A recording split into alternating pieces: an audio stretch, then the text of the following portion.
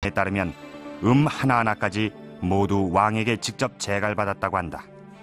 이것은 음운학에서 당대 최고의 학자가 바로 세종이었음을 보여주는 것이다. 그렇다면 훈민정음 창제 과정에서 집현전 학자들의 역할은 무엇이었을까? 정인지가 쓴 훈민정음 해례의 서문에서 그 단서를 발견할 수 있다. 상세하게 덧붙이라고 명했다. 즉, 세종의 명을 받아 한글 28글자의 원리와 용례를 해석하는 일을 맡았다는 것이다. 이 같은 기록으로 볼 때 집현전 학자들은 한글 28글자의 해석과 동국정운 등 한글 서적의 편찬 사업에 관여했을 뿐이었다. 그것도 세종의 지시를 일일이 받아서 이루어낸 일들이었다.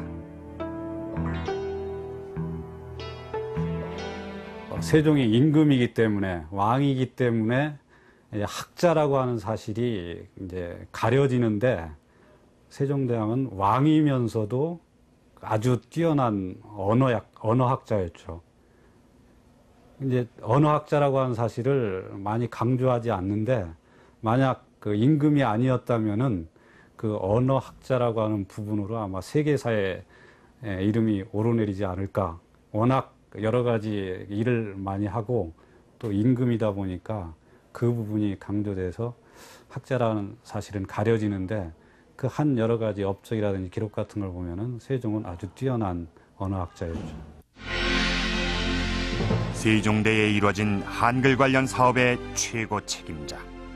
그것은 바로 당대 최고의 언어학자였던 세종 자신이었던 것이다. 우리가 훈민정음이라고 부르는 이 책은 사실은 두 권의 책이 하나로 묶여서 만들어진 것입니다. 이 앞에 있는 책은 훈민정음이라고만 적혀 있고, 또 그 뒤에 붙어 있는 책은 훈민정음 해례라고 기록이 되어 있죠. 즉, 용례를 풀어서 기록했다는 뜻입니다. 그렇다면 이쪽 것이 원래 훈민정음이고, 또 이것은 그 뒤에 해석을 위해서 붙인 그런 책이 되는 셈이죠. 자, 이 두 권을 가만히 살펴보면 이 글자꼴도 서로 다릅니다. 이쪽 것이 조금 더 크죠. 이렇게 봤을 때 이 두 책이 각각 다른 사람에 의해서 작성되었음을 알 수가 있습니다. 바로 이 책이 세종 25년에 작성된 어제 훈민정음, 즉 세종이 직접 만든 훈민정음이고, 이것은 세종의 명을 받고 이 집현전의 학자들이 정리해서 만든 일종의 설명서라는 것입니다. 이렇게 본다면 이 집현전 학자들이 동원된 것은 글자가 다 만들어지고 난 뒤에 이 해설서를 만들기 위해서였고, 한글 28글자는 세종 혼자서 만들었다는 그런 얘기가 가능해집니다. 세종이 아무리 뛰어난 언어학자였다고 하더라도 혼자서 이런 일을 해낼 수 있었을까요?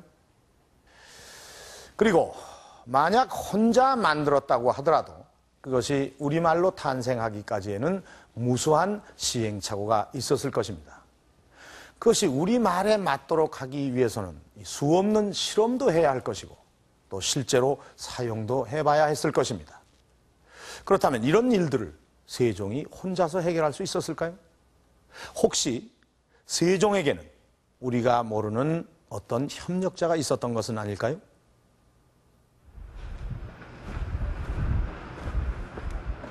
훈민정음 창제를 둘러싸고 떠도는 얘기는 많지만 그중 믿을 수 있는 내용은 거의 없다. 그런데 한 가문에서 구체적인 기록이 전해지고 있다고 해 확인해 보기로 했다. 바로 세종의 둘째 딸인 정의공주와 관련된 것이었다. 우리 어릴 때 들은 얘기인데, 정의공주가 한글을 창제하고 그다음에 창제한 것을 민간인에게 그 시험을 시키는데 정의공주가 했다, 이런 그 얘기가 내려오고 있습니다. 그러면 그 내려오는 이야기는 한글을 정의공주가 만들었다고 하는가요? 우리 그렇게 알았죠. 한글을 만들었다고까지 얘기되는 세종의 둘째 딸 정의공주는 죽산 안씨 가문으로 출가한다.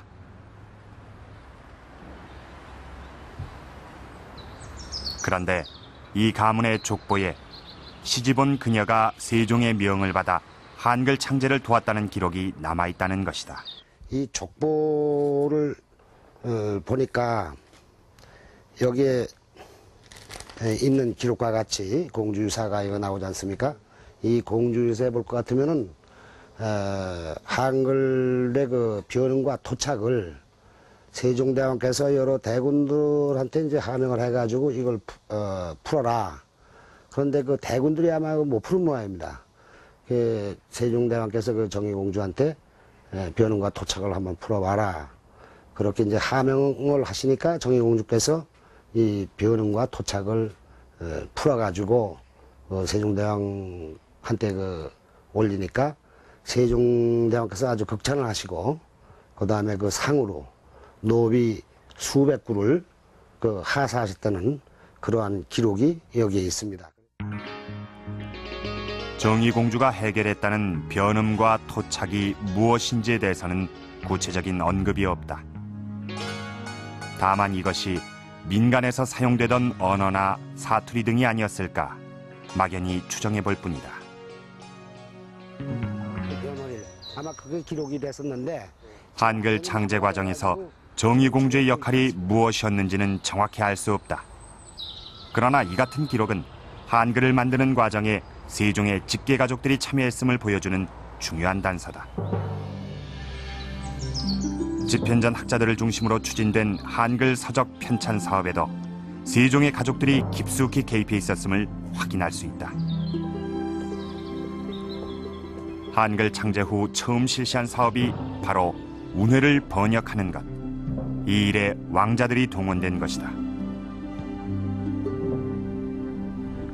세종이 그 한글 창제 과정에서 아마 문종이나 나중에 세조가 된 수양대군이나 이런 사람들하고는 상당히 서로 그 의견 교환이 있지 않았나 하는 생각은 있습니다. 또 그리고 그 증거의 하나는 세종 25년 말에 훈민정음을 공표를 하고 그 다음 해 봄에 바로 한 2달 뒤에 이제 훈민정음을 가지고 사업을 시작하는데 그때 총책임자를 세자를 시켰거든요. 문종하고 그 다음에 세조 이런 왕세자들을 책임자로 한 것은 역시 그 사람들이 이제 그 내용을 알기 때문에 그러지 않았나. 그때 처음 이제 집현전에 젊은 학자 몇 사람이 참가를 했고 그리고 나서 최만리 반대 상소문이 나옵니다. 그때 바로 나와요.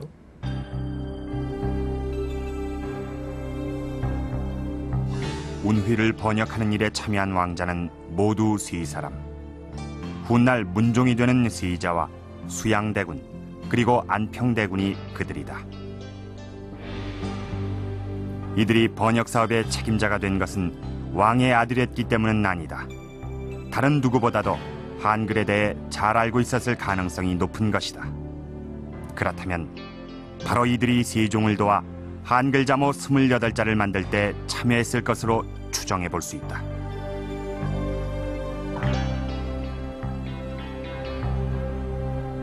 그분의 아드님도 삼형제가 참 세종 거의 못지않게 다 그 당시에 학자로서도 저기 되고